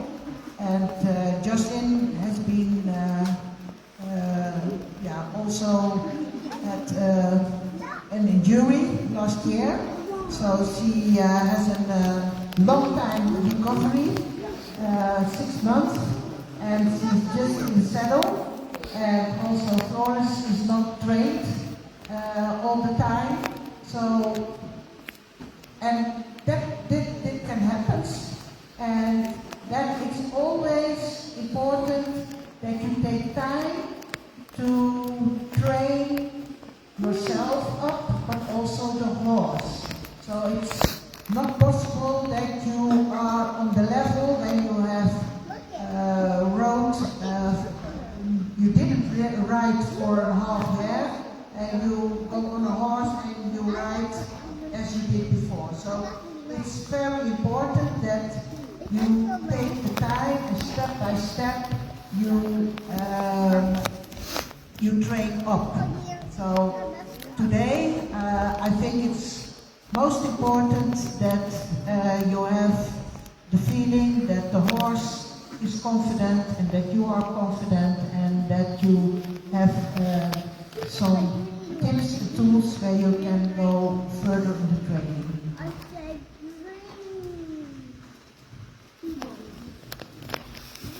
So let's see, when we compare it with the mare before, Florence is just relaxed.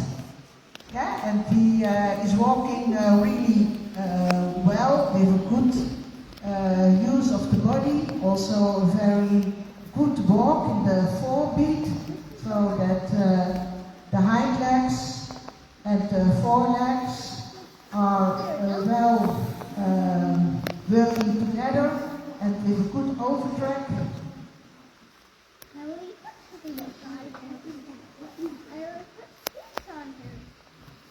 And the warming up is also very important, that you take time for the warming up. And for me, it's always important that you start with the horse in a forward, downward position. So that the horse uses the body and that he becomes supple under the rider.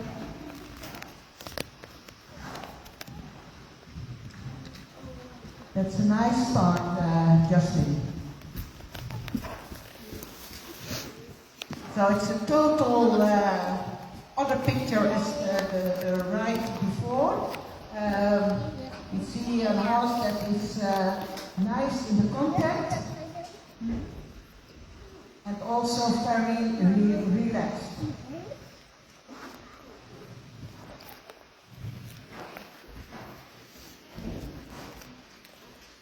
Good. It's also very good that you change rein very often. It's very good to have the same feeling on each rein and that the contact become also equal.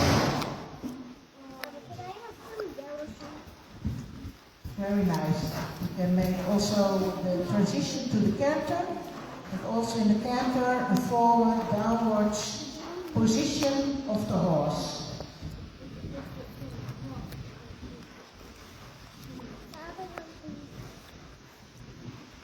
And when we are talking about the balance, we see also in the trot and in the canter a really easy going horse. So you don't need speed.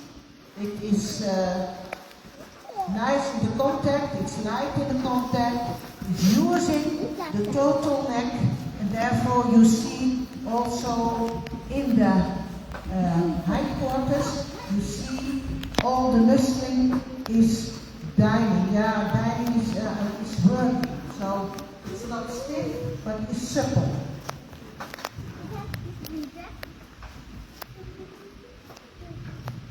That's very nice. We do it also on the other rein.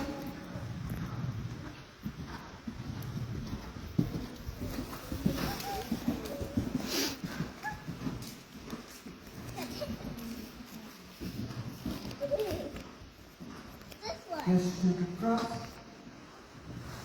Maybe you can trot. Yeah, okay. And do the right canter. No. That position was not so good. No. The preparation was not good. So the transition is also not good. Every exercise, every transition, yeah, is always that you have a good preparation and then you can do a good transition or an exercise. Maybe you can give a little bit more leg that is a little bit more forward. Yeah, okay, so. Yeah, it was a little bit more pushing from behind it. Yeah, that's better. Okay. Important that the horse think forward. That's nice. And now lower a little bit the neck, so that the contact is also a little bit better. Yes. Okay. And you see when I ask her to do something, you see the result immediately. So that is a good sign that the horse has good rideability and that the horse is also obedient to the rider. She asked and he answered. That's nice. That's very nice. Okay, you can do the walk. So the beginning is very nice. You see a horse that is relaxed, a horse with free, good basic gaits, and a horse that is obedient to the rider. So, and then you can start to train.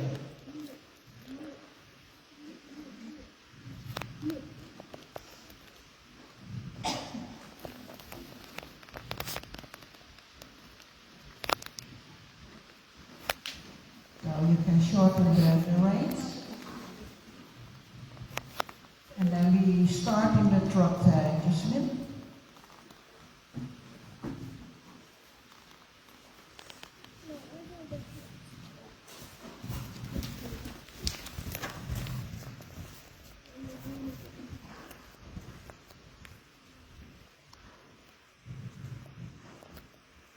Okay.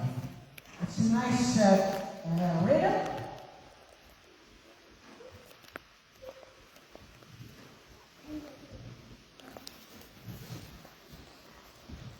And for me, you can go to the other ring, and we start with some shoulder in. So we start with some lateral work,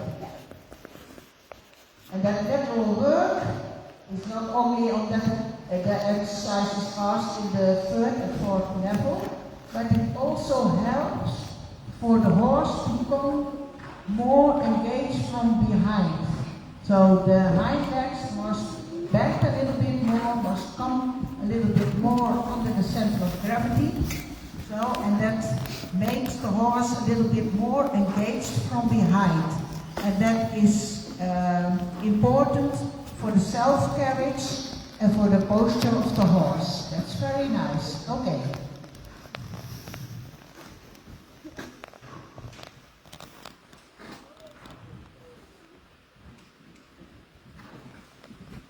Keep the impulsion.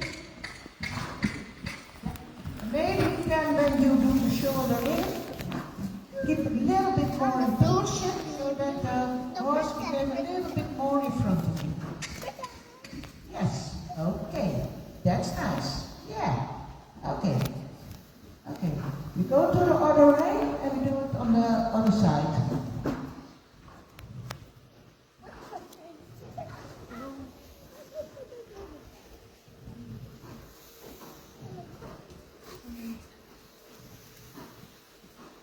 And it is important to have your horse straight. That is a basic thing for the connection. You can only connect the horse really when he is straight, when he has impulsion, when he is straight. And Justin said to me, sometimes he's a little bit stiff on the left side. He has a little bit more weight on the left rein.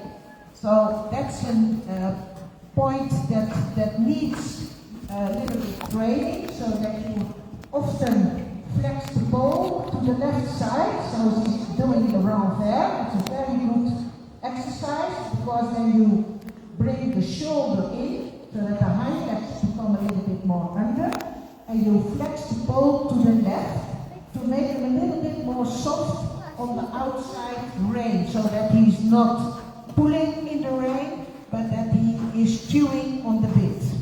And that seems very nice now, Justin. Yeah, good. Yeah. Okay.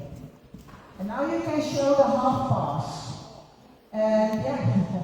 And I want you to go from the key and also to me, so that you have a starting point and you end there. If you are looking to me and you go forward, maybe you can go, yeah. The point is, Justin, you have the hounds in the front, and therefore he loses his rhythm. So you have to flex the pole, and you have to bring in the shoulder, that the shoulder is in the lead, and then you have to ride a little bit forward. So do it again, shoulder forward. Yeah, okay, and now you can ride. Yeah, that's better. That's better. Okay, okay. So the first time the haunches went first, yeah, and then the horse can't move forward, and then you lose the impulsion. And that is not what we want. We want to have the impulsion, and we want to have the horse in front of you. So you do the same on the left. Do the half passes, and you drive the horse come in front of you. Forehand, forehand, lead the forehand. Yes, that's nice. That's nice. Okay. So the most important thing in the half pass is that you ride the inside leg forward. And then when the inside leg is forward, the horse can rise, and you get impulsion, and you can get the expression in the front leg. Do it one more time. And keep your inside leg. That's the most active leg. Bring the forehand here, forehand, and right. And right. Come. And come. And come. Yeah. Okay. Okay. One more time, and then you must start with the forehand and ride with your inside leg. And the most riders, when they do the half passes, they are thinking about sideways, but you have to think forward. Forward. Yeah. Okay, that's nice. That's a nice one. Okay, thank you. Walk.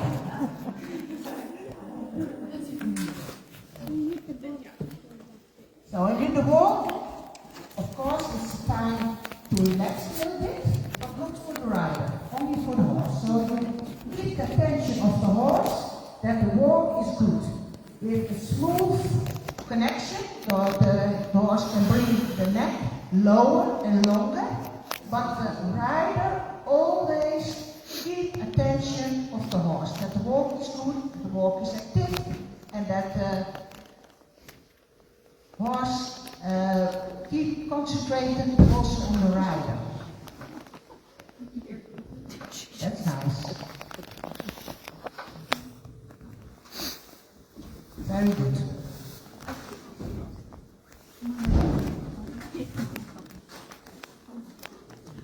And I like the expression of the horse in his eyes, in his ears. He's very attentive to the rider.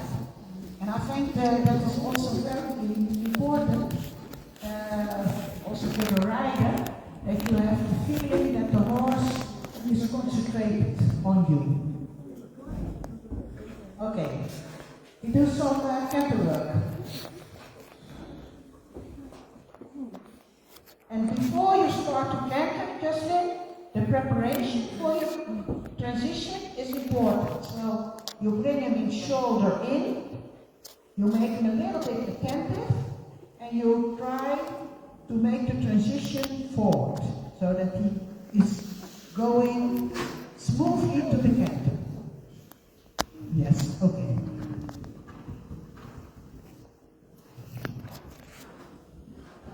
And I think we do the same exercise. You do a little bit renvers in the canter. So you go on the long side with the shoulder slightly in and with flexion in the pole to the left. Not too much. Too much is not good. Slightly. Oh, you make the change and you make another change. So that's good, that's not a problem. But try to keep that. And the canter can be a little bit more impulsive. Yeah? But keep it on the inside leg so that the arms do not come in. Yeah. You keep the shoulder before the inside hind leg. Okay. Okay. And keep the canter. Maybe you can drive, you make a little bit medium canter. So, just that the horse spin forward. It's always important, before you go to the connection, your horse has to think forward. And after that you can do some collection work. Not the other way around. Yeah, that's nice. Okay. And now we go back to more connection. And that is not slower, but that is more engaged from behind, that he is come more under the body, that he become shorter behind the saddle, and that he's more sitting. That is collection. Not slower, but in another way of cantering. Yeah, okay. And then you can make the steps a little bit shorter. You keep the rhythm. Yeah, that's a better. So, and that's the collection. Okay. Not more, not more, not more. So yeah, keep the rhythm, keep the rhythm. That he's not slowing down, only make the steps shorter, without slowing down. Keep the canter, keep the canter. Be soft in your hands, soft in your hands. Okay. And that is really that you can do it with your sit and not with your hand. You can make half holds, and then you have to be supple in the hand, because when you are too stiff in your hands, yeah, the horse goes too much back. Okay, that's nice. So you can change rein and do counter canter, so that he keeps in the right canter on the left rein. Okay, and that's also if you sit, you keep the right canter and keep the rhythm. Keep the rhythm, keep the rhythm. Okay, that's nice. Yes. Not slower, not slower. Keep the rhythm. Yeah? You gave the age for the change? Okay. So it's important that you can keep the counter canter with your seat. Yeah, you sit in the right canter and you keep the canter the same. Forward, forward, forward. He's thinking about the change, but if you don't want to do it, don't do it. So, okay. You have to wait. You have to wait. Okay. Okay, now a little bit forward, and then before the corner you make the change.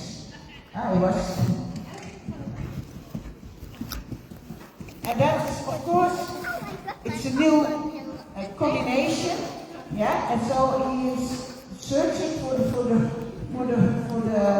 eight. Okay, maybe a little bit walk. Yeah. Okay.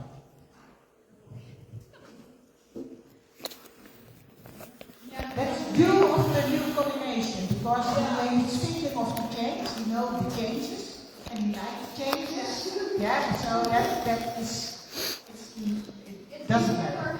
Yeah. Than it is to balance Yeah. it out. Exactly. And he just twists me just right for it to Yeah. flip the tape. Good boy. It's gotten better though. The first couple times on him, I could hardly hold the left lead camera at all. He just Yeah. Good boy. But it's yeah, we understand that because you are a new combination. Yeah. Yeah. Okay, we go to the left camera. And then we do the changes from the diagonal, so that's more common for you both.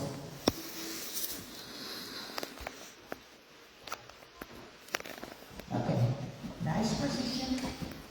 Little bit forward. Okay, and now back to the collection. Okay. No, not too high in the neck. Little bit lower. Yes. Okay. Try to be soft in your left leg. Yeah. Okay, that's nice. Yeah, that's good. Very good. So now you can change way with one change on X. One thing, One change. One change on X. And you keep the same rhythm. And keep the same tempo. That's nice. Okay.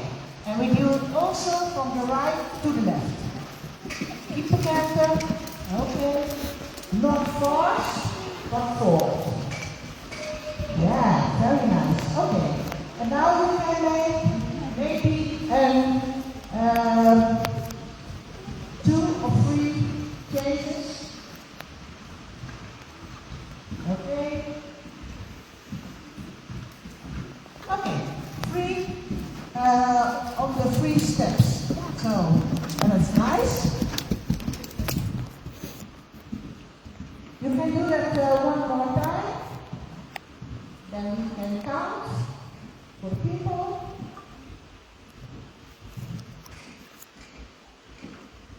One, two, three.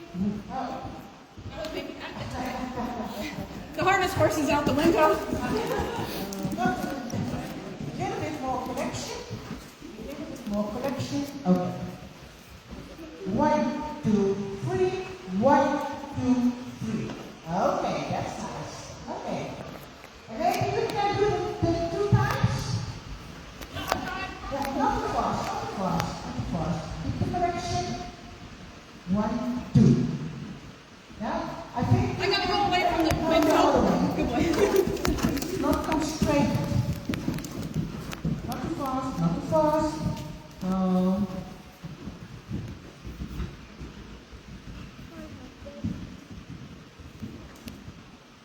Okay.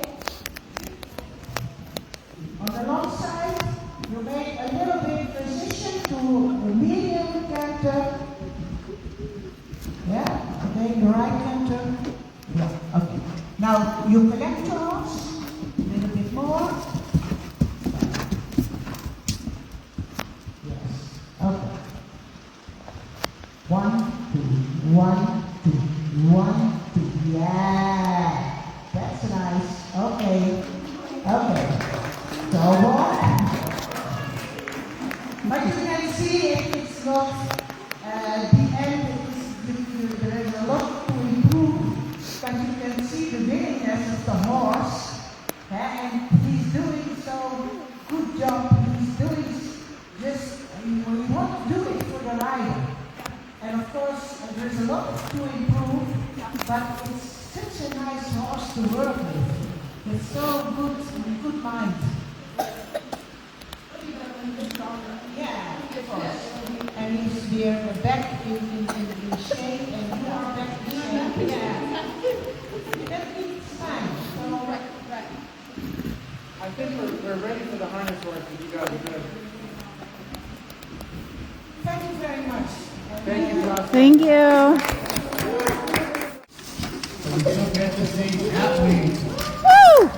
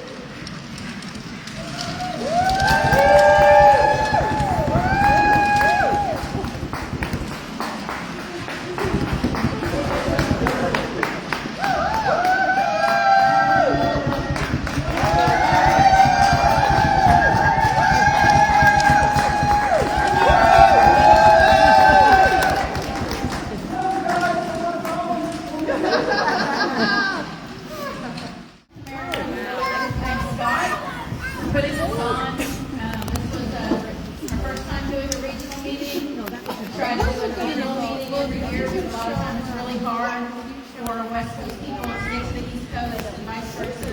So this